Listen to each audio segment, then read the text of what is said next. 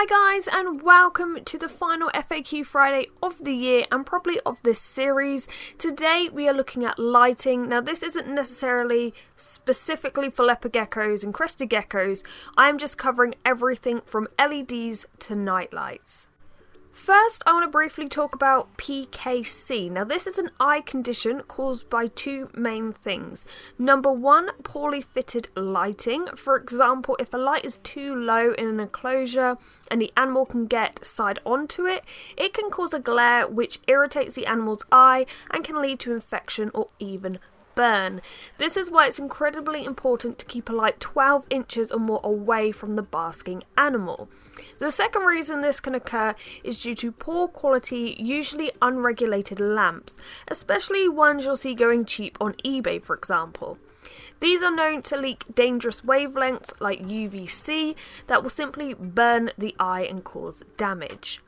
So please make sure when using any kind of light that they are high quality and fitted correctly. So what lights are we looking at today? Well, I will be covering the following categories: visual light, heat, visual light and heat, and UVB. So let's start off with visual light.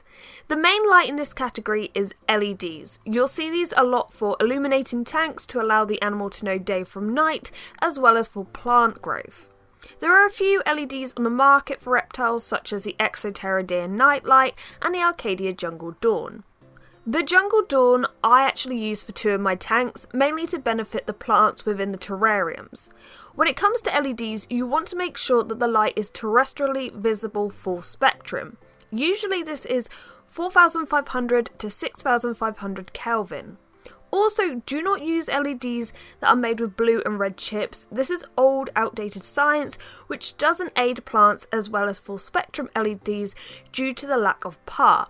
Also, it will leave your tank looking a weird purple colour. Next up, heat.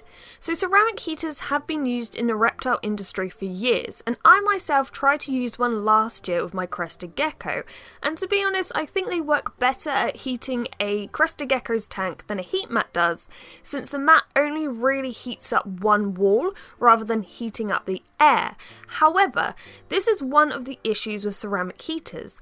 They produce IRC. These wavelengths heat air and are not readily bioavailable, so they cannot provide energy through photons into the dermis. So although they benefit your reptile, they won't energize them in the same way as heat from the sun does in the wild. Then we have the heat projector by Arcadia. This is a very new product that I have yet to test out, but I'm very lucky enough to own one. I just need to get the light fitting for it. Now this is the only lamp that projects IRA and IRB. As such, it projects the most effective and most bioavailable energy in the world over a targeted area. In very simple terms, IRB projects photons of energy-rich light deeper into the dermis, carrying usable energy with it. They produce light under full lux, so can be used safely 24/7. Now onto visual light and heat. First we'll look at the so-called infrared red lights. So infrared is not visible to us, so lamps like ceramic heaters use infrared, or heat, that we can't see. The fact that we can see the red light means that they aren't just producing heat, they are also producing visual light.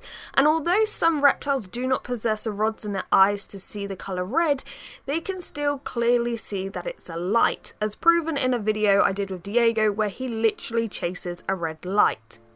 Now these are my least favourite type of lamps just because a lot of people use them thinking they are fine to use throughout the day and night, but in reality they have been known to not only irritate a reptile's vision, but also mess up their day-night cycle.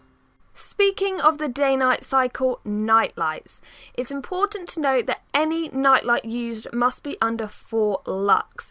Now personally, I don't use any kind of night light for my gecko. I find these are mainly sold to benefit the owner rather than the animal, because you can technically still observe your animals at night even just with your normal room light.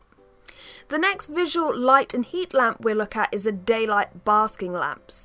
These are useful since they produce both heat and light, however they don't tend to have the longest life and can be quite wasteful in comparison to halogen lights. Halogen lights are usually balanced and robust and produce high quantities of both heat and light. And finally, our last category, UVB. So first we'll look at tube lights such as T8s and T5s. T5s produce around twice the light per watt used when compared to T8s. Twice the light means twice the light from the whole spectrum of the lamp, including UV. We always want to match a lamp's percentage or index output to the wild needs of the species and the distance between the animal and the lamp at the basking point. So it is entirely possible to use a 12% lamp with a gecko if the distance between the lamp and the gecko at basking was great enough. However, I always use a 2 to 5% UVB tube light for my leopard geckos since their enclosures are fairly shallow because they're just over a foot high. And lastly, compact lamps. Now these can be good to use if they are made and reflected well. However, spiral or curly compact lamps really are the worst simply because of their design. So overall, which lamps would I recommend? Well, I haven't used many of these, but what I can say is the UVB tube lights work well with my leopard geckos and chihuahua. The LEDs work well with plant growth. The ceramic heater worked well with helping heat the air, but it was incredibly important to use a pulse thermostat with it to ensure it didn't get too hot, because the lowest wattage I found would heat up to 60 degrees Celsius incredibly quickly without a thermostat. I'm very interested in trying out the deep heat projector, as I think that's where the future lies with the non-visual light heaters. So I hope this video has helped. I guess this is the last video of 2017, so thank you for sticking with me throughout this year. If you have joined this year, welcome. I hope you've enjoyed this year's worth of videos. Let's bring on 2018, I cannot wait. But thank you so much for watching, guys, and goodbye.